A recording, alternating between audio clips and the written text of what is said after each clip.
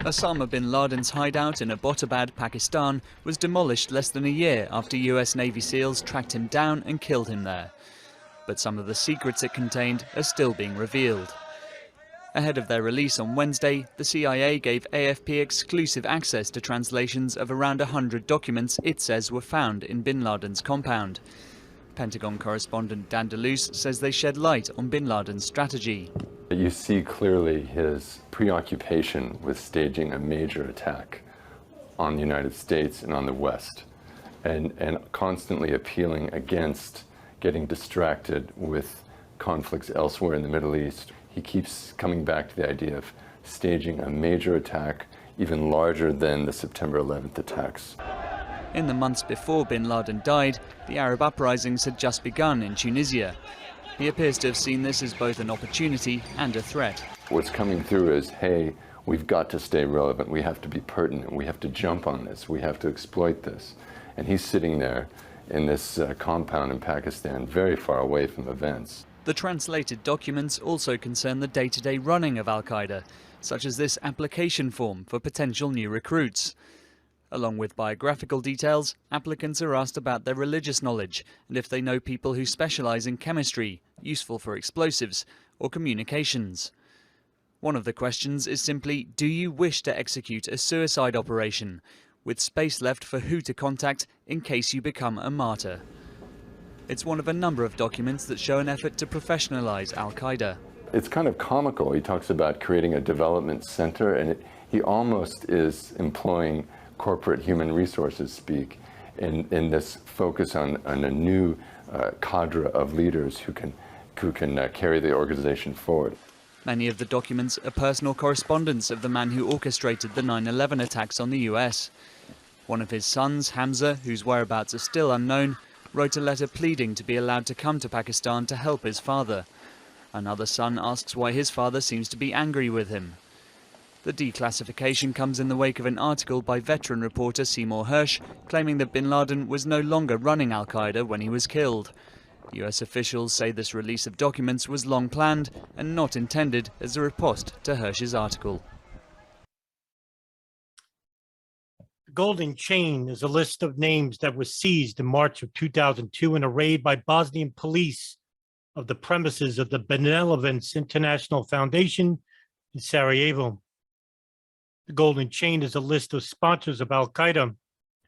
The list included 25 names, 20 of them very wealthy Saudis and Gulf state financial sponsors that included bankers, businessmen, and former ministers.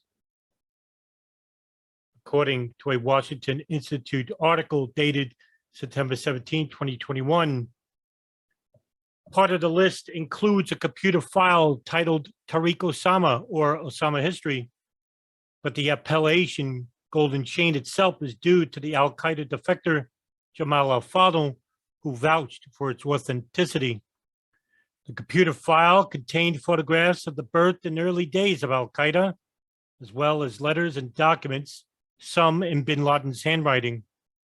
In the seized material, records were found of both the plans for Al-Qaeda's activities and its organizational structure and operational foundations.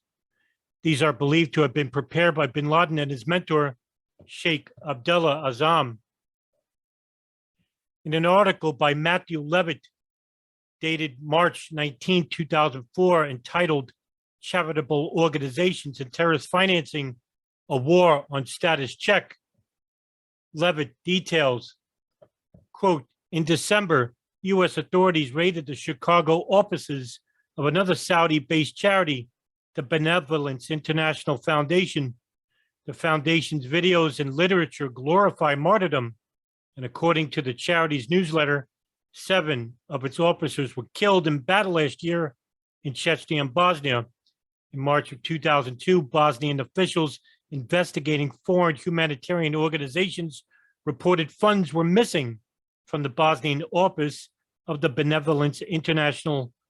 Also in March, Bosnian police raided the offices of an Islamic charity called Bosnian Ideal Future, which is the local name under which Benevolence International operated in Bosnia. Officials seized weapons, plans for making bombs, booby traps, and false passports. A day later, the U.S. Embassy in Bosnia was shut down for 4 days after Bosnian officials informed the embassy of a possible threat. According to a Bosnian official, Al-Qaeda terrorists reportedly met in Sofia, Bulgaria, where they decided that in Sarajevo, something will happen to Americans similar to New York last September. 2 days before the embassy reopened, Bosnian police arrested Munir Zaragic, the head of a local benevolence office and a former officer in the Bosnian Muslim secret police, end quote. They also found a list of 20 Arab plutocrats, the Golden Chain, who were suspected of financing international terrorism, including Al-Qaeda. The custody of the secret and confidential material was entrusted to bin Laden's confidant, Inam Aranout, who was convinced that the documents were in the safest and most secure place in the Sarajevo office of the Benevolence International Foundation. During a search of the Benevolence International Foundation's offices in Sarajevo, the relevant law enforcement agencies found clear evidence of a connection between the head of the office, Inam Aranout, and Osama bin Laden, and of militant subordination between the two, and charges were brought against Aranout. Most accounts are vague on what year the Golden Chain document was written. Some say 1988, but counterterrorism advisor Richard Clark says it dates from 1989. The Golden Chain was presented by the U.S. government in the criminal case United States versus Aranout, filed on January 29, 2003, and in other legal filings. The American government has never publicly released the full document, so the full list of names is a matter of conjecture and speculation.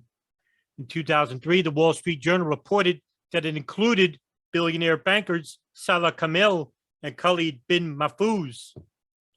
Mahfouz was a Saudi Arabian billionaire, banker, and businessman, and former chairman of the National Commercial Bank. Also friends to Osama bin Laden, as well as the Arad family, another banking family, and Mr. bin Laden's own brothers. Minutes of the Sarajevo meeting on August 11, 1988 confirmed that bin Laden had begun his jihadist movement at this time. Bin Laden decided to recruit members and raise funds from Saudi Arabia.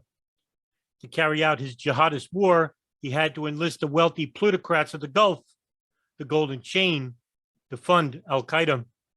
The Golden Chain document was a copy of a handwritten 1988 draft listing the wealthy financiers of the Mujahideen operations in Afghanistan, known within Al-Qaeda as the Golden Chain.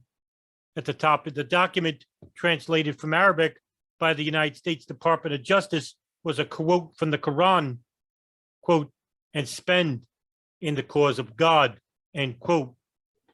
Many of the Mujahideen were getting funding from the Maktab al-Khidmat, the bin Laden or the Afghan Services Bureau, headed by Abdullah Azam and Abdullah Anas, later taken over by Osama bin Laden and Dr. Ayman al-Zawahiri, before it closed down for lack of funding. Much of the CIA's funding went through the Pakistan ISI to fund the Mujahideen throughout the 1980s in Operation Cyclone. The trickle-down effect may have found its way to the Maktab al-Khidmat in Pakistan and in Brooklyn, New York, where they had an office at the Al-Khifa Refugee Center. Weapons that were given by the CIA went through Pakistan ISI, and they too had a trickle-down effect, which probably went to much of the Mujahideen through the Afghans and Arabs that were fighting the Soviets in Afghanistan. Who knows how much money went through the CIA to the ISI and to the Mujahideen, which in the end was used against the United States.